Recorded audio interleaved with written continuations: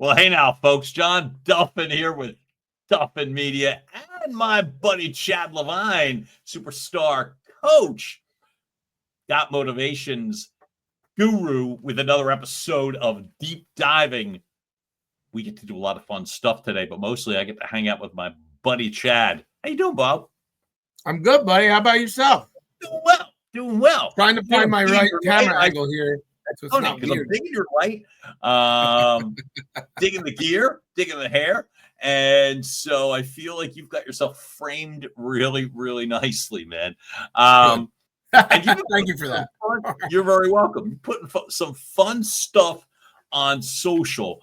And I feel like you've been on a bit of a great tear since I got to watch you live deliver the intro for a fun live session for our friends Bruno and Stacy Marcinkowski and for their AI Unlocked. It was really, really fun to watch you live and in person, brother. Thank you. As a speaker, you sound great. I appreciate that. I think one of the nice things that I get to see, I think you're the combination of traits, engaging, fun, ask good questions, a little bit, not in your face, but you're able to, as you said, you need to engage, and sometimes it's not as easy as possible. What are you finding so far in regards to, for you, as you get to speak a little more often? What are any of the rules of engagement for you in regards to things that you're learning?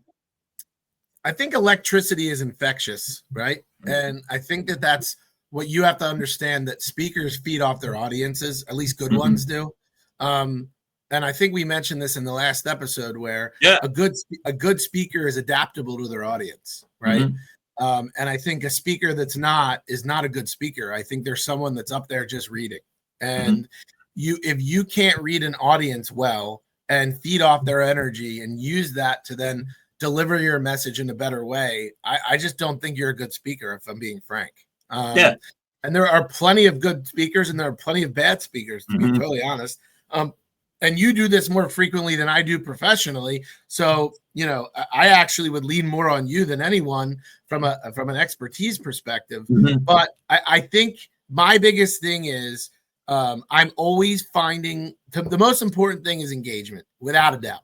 If I walk out of a room and I read my speech and it resonated with no one, I didn't get any feedback, and I wasn't doing anything in the moment, then I feel like that I did not do my job. In another episode, I'll go along in terms of it. I love what you had to say there. The episode will bookmark the part where I was delivering a sales presentation to one of the larger ad agencies in Dallas, Texas. And one of the women from the team from them literally started to fall asleep right in front of me. I remember being all huffy and put out that she did that. And the lesson learned was that ain't on her. Yeah. You know what I mean? That was on me. Totally. That was on me, man. So I love that you say that because, like I said, it's a great reminder, folks, that there's a ton of inherent responsibility in what you're bringing to the table. And folks, today's episode, I'm actually loving the thoughts of, and my man Chad Levine actually delivered a post on this a couple of weeks ago, which I loved as we just to rehash it again before we went live. And ties a little bit in terms of being alone or flying solo and you needing a team. Chad, you want to deliver the line? Because it's yours, and I love it. Yeah, well, it's not mine. I stole it. Okay, that's fine. And I will, and I would say most good things are replicated, right? And I will give you the source after I say it. But basically, the idea behind the quote is that big ideas aren't for small-minded people, right? And that came from an episode of the School of Hard Knocks. Have you ever seen that? Actually, I have, but I haven't seen many. So talk to me. I'm the religious follower. So this is a young guy who went out and he goes on the street and interviews wealthy entrepreneurs and business people, and point blank, very sporadically says to them, and his opening line most commonly is, "Excuse me, how did you make your millions?" Or "How did you make your money?" And a lot of them are jolted by, is this appropriate? Is this out of line? It seems too intrusive. But you know what's funny? He's such a good interviewer that 9 times out of 10, he'll get them to open up.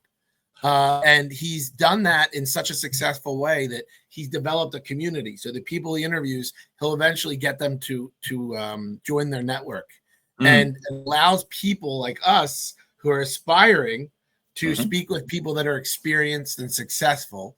And it's a really amazing thing. And this quote came from an individual that he had interviewed online, and it resonated with me tremendously. And it did, because most often when you have an idea to yourself that you think is big or bold or will be completely game changing, you'll start to bounce it off of other people, and you'll get very mixed reviews most of the time. 9 times out of 10, you get negative reviews. I mean, how often are people being like, "Oh, that's amazing, that's wonderful," right? And that's where it's interesting to me, because you have to be courageous enough to almost not listen to the people you're asking. And it almost begs the question of why ask him in the first place. But but yeah, it's really about being bold and strong and steadfast enough in your approach to kind of go forward with an idea. I love the way that you lay that out. And as for me, one of the things I think about, there's a quote that's used in a program that I have to be in that benefits me more personally. But the line happens to say, "You never have to go it alone." And while true, sometimes you'll wanna. And I don't mean not because the people around you aren't the right people, or that it's none of those things. Here's where I'm going with this, which is there are times where you got to be careful to not need too much permission. Meaning, feeling as if you have to run every idea through ChatGPT, your 5 best friends, your 5 business colleagues, your LinkedIn pals, your family, so that they can do the following: give their feedback, water down your ideas. As my man just said, give you reasons to not do it or not do it now. And if you're me, sometimes you'll listen. Well, so most people do, John. Right. And think about it. Let's ask a question. Why is it that you listen? Why does what someone else tell you, and says to you, why is it changing the way you're thinking about it, even going forward to do it? Think about it. What's your answer? Why do you think that is? I'll speak for me. Either seeking approval, buy-in, making it a little bit safer, having people in front of me so I don't take the hit as much, whatever that happens to be. Or the old school, I'm not good enough. They're better. Where does all of that stem from? That's a lot of psychology that we have to throw in. Well, I'm going to give you the brief answer. Okay, right? Good. The brief answer is you're conditioned for that. Sure. Because you've been institutionalized from the beginning of having to listen to your parents, to having to listen to your teachers, to having to listen to your pastors, your preachers, your rabbis, whomever, right? And then even further, when you go to university, having to listen to your professors. And then if you're in corporate America, it's listening to your managers and directors and supervisors. Because ultimately, their way is the high. It's their way or no way, right? Always. But the problem with that, and when you think about it, it's kind of the way things have gone. Entrepreneurialism is not a word, but I'm going to call it that. I like it. It's something that's newer and sexier in the past couple decades than it has before, and it's because people have been allowed to challenge, right, and think freer, and that's because as a society we've had to, right. And it hasn't been enough for us to just say, yeah, things are fine. We're not going to challenge it. Mm-hmm. Right. But now I think things have changed. I think we're, and it makes it tough from a child rearing perspective, because I see it with my own children. Well, they'll challenge things more often, but you have to take a step back and say, why is that? And the reason is you're conditioned to listen to what other people think. But how do you decipher? Is it enough to say this isn't a good idea, or is it enough to say, you know what? I don't care what you say. I'm going to keep going. Mm-hmm. And so I would say for me, one of the things I've learned, so using what you just said of all the timelines and stuff, it was close to 60 years from birth to entrepreneurialism. School, jobs, corporate, all that stuff. It was close to 60 years when I was the ultimate, in my mind, decision maker, right? And so at first it felt like amazing. I can work when I want. I can work from anywhere I want. But I did want to go back to old habits a lot, which was I'm just going to go do this. I'm just going to go get this started. I tiptoed through a lot of things in the beginning. In fact, for me, folks, and this is the kind of thing I feel good about sharing, because primarily you learn from experience. Totally. Right. I couldn't have changed school or back then or question, and there's no reason to. But for me, when I realized that I could do the following, which was work with clients that I chose to work with, not whoever was thrust upon me. Number one. Number two, that I could do things like allow my business to morph. So I think I'm going to morph from a voiceover career, and I'm going to morph more into sales coaching, sales training. That took a while for me. I know it was the right decision. It was not done by committee. I had people make suggestions. And that's one of the things, folks, that I would say, which is by no means am I saying, or we saying, that don't listen to people. It's because they may help you. If you've got the right person that says, hey, that sounds great, but have you thought of X? You want those people around. They matter. 100%. You need them. However, if you're me, I'll speak for needing that sense of permission, or they'll make the decision for you, or if it fails, that's okay, because they're the ones that said, go do it. Nothing made me happier when I morphed in. Nothing made me happier when I realized that I could coach clients. Folks, nothing made me happier than the first coaching call that I had. And I remember they were asking me something very specific on a Zoom call, and I could feel myself nodding my head like, oh, I know what to do here. And I was right. Because I'm all that, but I knew what to do because I gave myself the freedom to go do it. And when I didn't make the right decision, I pivoted, course corrected. You know what I mean? Me and Chad both have a million things that we've got on the plate right now.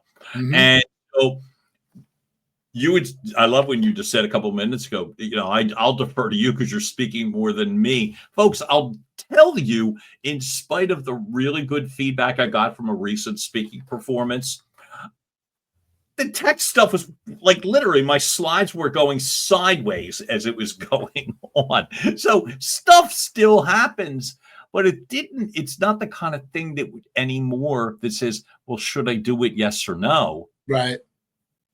You're just fine tuning along the way. So I feel like you really can trust your instincts. From my side, if you do the following, do your homework. Literally do your homework. It's so easy to do. I mean, it's so freaking easy to be prepared. Go Google. Has this been done before? Don't let that be a yes or no, meaning in terms of what you do with the information. You just want to know, because say it's been done before. Voice coaching. It's been done 1,000 times, but I went into it. I was told the following, which is, but it's not you that's doing it. So you can, in essence, make things better. you can make things more to the way that you want them to be. And for myself, those really big ideas, again, homework doesn't take as long as you think. Homework is there to support where you're going. If you see a big sign that says, don't take a right-hand turn here because you're going to drive off a mountain, well, then maybe listen, right? Yeah. But if everything needs the sense of permission, will you let me? Is it okay? You're going to miss out on a lot. A lot. Yeah, sure.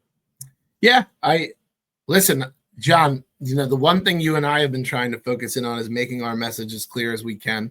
Yeah.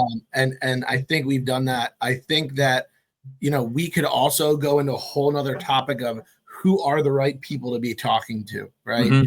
And who are the people where big ideas can fall on the bigger minds. And the answer really is people that have been there, people that have done it, right? Yep. So it's important to understand that when you do ask people for feedback, who the audience is. And that's why we started off by saying big ideas aren't for small-minded people. It's very, very true, because small-minded people are not going to give you any sort of light on it. And that is the biggest message for me today, without us going way, way off tangent, because we can, is you have to take that into account. Your ideas may be too big for some people. Point blank, period. Yeah. And that's, don't let that scare you. Doesn't scare you anymore. You know, so that's the fun part. It's like, great. Okay, so then who should I seek guidance, counsel, suggestions, feedback? So who should I? And again, it doesn't take long anymore to find those people. I'll leave it at this, which is for myself. The more you get out of your own comfort zone and try different things, you're going to be introduced to people, whether it is via Google, whether it's via colleagues, whether it is just tapping your mind to realize, oh, right, they did that, or they did something like that. I've been lucky that I've, over the years, have been able to ascend as it relates to the people that are around me. It doesn't, it's just because time and experience and asking questions has enabled me to be in a position where I've got a larger base of people to think about. Who's done that before? And I can answer the question more freely. So that's my wish for anybody here, is that just keep ascending upward, And it's also like, you have to work on, as much as we started the conversation with, who not to talk to, right? And we're ending it with who you should talk to. Love it. Where your challenge is, and this is kind of the where John and I can come into play, is figuring out who to listen to, who not to listen to, and then utilize that feedback in a way that's constructive for you. That's the nice part. It's everything now for me, as it relates to my own business, is saving time. How do you save time? Get to the right people the fastest. That's for myself, is as valuable as a commodity as anything else, is saving time. Being strategic, but saving time, ascending upwards, but doing so that you're not thrown back every 15 minutes. There's an expression that I really don't like, and it comes to mind. And folks, I would always guard if somebody says something like, something to the effect of, shoot now, aim later, or those sorts of things. You just don't have to be stupid about the process, because again, as I said, it just doesn't take that long to find people, whether it's LinkedIn, whether it is your own business colleagues, whether it is the networking you choose to do. Oh, that feels like a drag, I don't want to go to blah, blah, blah. Show up for an hour and your life changes, because you can draw on somebody that could at least point you in the right direction. And to me, it's the fastest ascent. It's the fastest ascent, so that your big ideas are put in a position where you actually stand a chance. Yeah, and I dig it. You got us two that can point you in the right direction as well, that we each get to do that in our daily lives. And that's sort of a fun thing to think about as well too, is I get great joy in terms of helping people get what they want, Yeah, man. I think that that's the biggest thing. Like, and again, I don't want to belabor this anymore. I think we're good on our point and everything, but I'll say that I think that part of the reason you invest in coaching is to help figure out what voices you should listen to. Right. And I think that that's part of our job, is to help break down the things that you're getting in your mind and your decision-making process, and figuring out, all right, now that I've gotten the left shoulder and the right shoulder, which direction am I going with? And I think that that's really the journey, but that's what we're here to help you with. That's why John and I love coaching, and we really enjoy it, because we want to take you on that journey. It's something we just really enjoy to do. So it continues to excite me. And folks, I love getting the chance to do this program as well too. So you just heard another episode of Deep Divin', tight, concise, to the point, and we leave you smiling too. John Duffin here with Shad Levine. Have a great rest of the day, folks. Keep diving.